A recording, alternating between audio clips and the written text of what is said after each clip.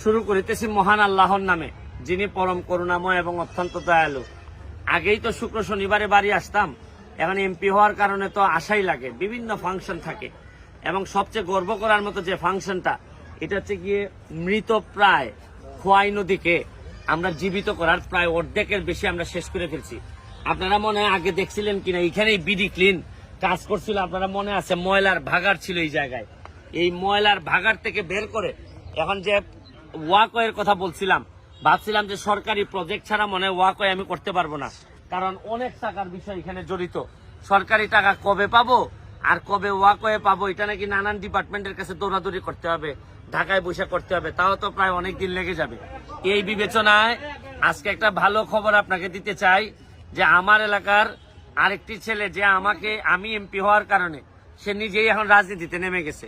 সে বলে যে ভাই আমি রাজনীতি করব, আমি দরকার হলে নির্বাচন করব। তাই সে আমার কাছে আসছে, আমি তারে বলছি যে তুমি যদি নির্বাচন করতে চাও ওয়েলকাম, তোমারে ভালো মানুষ মনে করলে অবশ্যই ভোট দিবে। সে আমারে বলছে যে ভাই আপনার কোনো কাজে কি লাগতে পারি। আমি বললাম যে ভাই সরকার কবে টাকা দিবে জানি না, আমরা তো স্বেচ্ছাশ্রমে করতেছি, তুমি অন্তত আমার একটা সাইডের ওয়াকওয়েটা করে দিতে পারো কিনা। সে আমারে কথা দিছে করবে। আমি তারে আপনাদের কাছে পরিচয় করাই দিতে চাই, তরুণ ব্যবসায়ী, কিন্তু তারপরে যে তার যে শরীরের বা মনের জোর আছে, সে যতটুকু পারে এটাই আমার জন্য অনেক বেশি।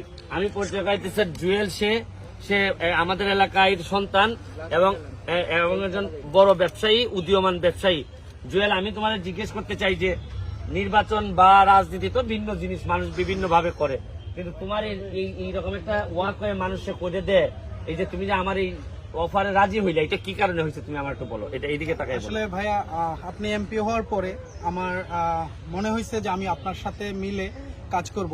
উপজেলা চেয়ারম্যান পজিশন এটা বড় ব্যাপার না, বড় ব্যাপার হচ্ছে আপনার সাথে থেকে কাজ করা।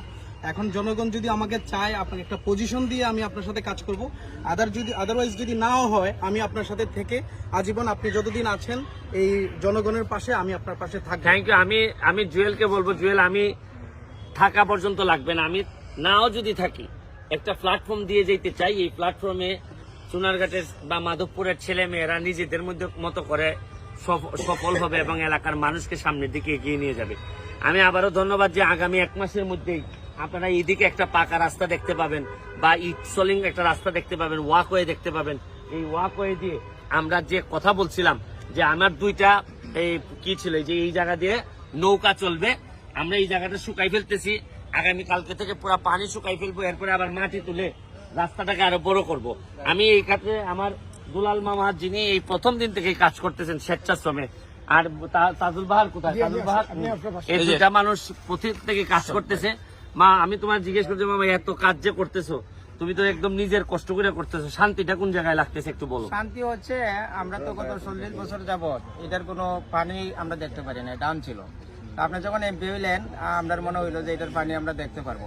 এটা তো আমার এলাকা, আমরা প্রতিদিনই নাকে রুমাল দিয়ে যেতাম শহরে, এটা এলাকাতে, এই জন্য আর কি শ্রমটা একটু বেশি দিচ্ছি। না, থ্যাংক ইউ, আমি ধন্যবাদ জানাচ্ছি। শুনেন, সরকার মনে রাখবেন যে আপনার সব সমস্যার সমাধান করে দিবে না, আপনি নিজেই সমস্যার বেশিরভাগ সমাধান করতে হবে, সরকার শুধু আপনাকে সহযোগিতা করবে।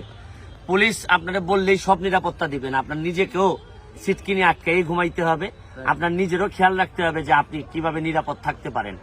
আসেন সবাই মিলে আমরা একটা বঙ্গবন্ধুর, সোনার বাংলার যে স্বপ্ন বঙ্গবন্ধু দেখে গেছেন, এটা জননেত্রী শেখ হাসিনার নেতৃত্বে আমরা নিজেরার প্রচেষ্টায়, আমরা বরং নেত্রীকে বেশি প্রেশার না দিয়ে আমরা নিজেরা একটা সোনার বাংলা উপহার দিতে চাই। আজকের মতো বিদায় নিচ্ছি, ভালো থাকবেন, সুস্থ থাকবেন। Thank you. রাস্তায় দেখা হবে। এই যে আপনারা দেখছেন বেকু দিয়ে কাজ চলছে, বেকুর কাজ কিন্তু চলমান। আমরা আপনাদেরকে দেখানোর চেষ্টা করতেছি যে বেকুর কাজগুলো, এই যে আপনার এদিকে যদি একটু দেখেন, এদিকে রাস্তা হয়ে যাচ্ছে।